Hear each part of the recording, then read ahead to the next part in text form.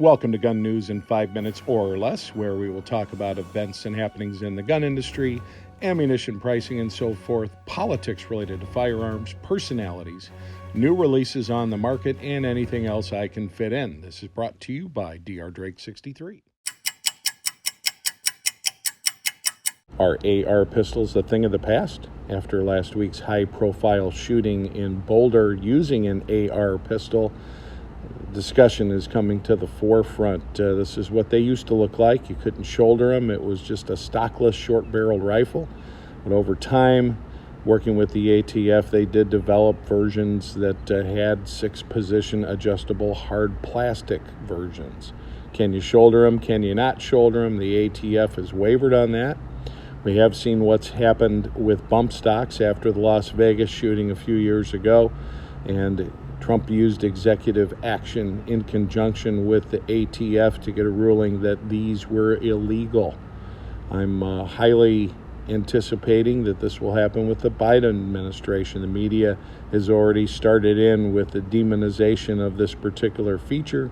You can expect Joe Biden will specifically go after that type of firearm in lieu of being able to get an assault weapons ban and background checks. Now, there's been a lot of controversy about shouldering versus not shouldering these types of devices, which were originally developed as a way for handicap shooters to be able to shoot an AR-15 type platform. You've seen these braces on various types of rifles, just not ARs. And basically it enables somebody without getting a short-barreled rifle stamp from the BATF to shoot a firearm with a barrel that's less than 16 inches long. If you want to have a rifle with a fully functional stock that is less than 16 inches, you do need to get a Form 1 stamp approved. So these braces have been a way for a lot of folks to skirt that and basically have the ability to fire a rifle barrel of any length and any caliber under 16 inches.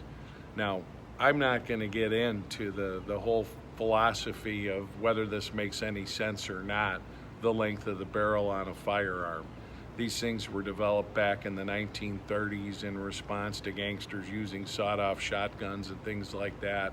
And it's highly debatable whether or not these types of features make a firearm any more lethal than whether they had a longer barrel. The point is these are government rules that are in place, and the government itself, via the BATF, has come out and said, yes, you can have a non-hard stock version of these rifles, or even have one with an adjustable stock, as long as it's made out of a softer type of rubber and it has a Velcro wrap around. None of it makes any sense to me, but that's where we're at. And what I would expect from this current administration is to go, especially what's happened recently down in Atlanta, as well as in Colorado, specifically with a Ruger 5.56, which was a pistol configuration. That's what they'll go after. It'll be the same as the bump stock. They're going to go after whatever they can, and you can expect to see that in the weeks to come. And this is something that the precedent's already been set under President Trump, that you can write executive action, have the Bureau of Alcohol, Tobacco, and Firearms comply.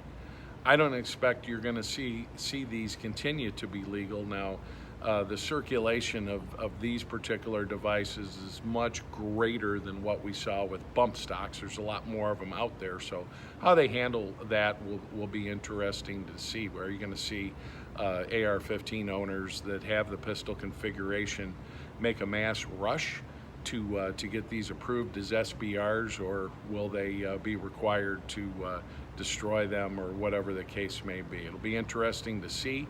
The government doesn't really know who has these firearms, so it's more along the lines of how would this be enforced, things of that nature. But I do expect to see action. It's the quick and easy way for a presidential administration that's made it clear way back into pre-presidential days for years and years and years that these types of firearms should not be allowed to be in the hands of civilians. This has been Gun News in 5 minutes or less. Please click and subscribe for updates.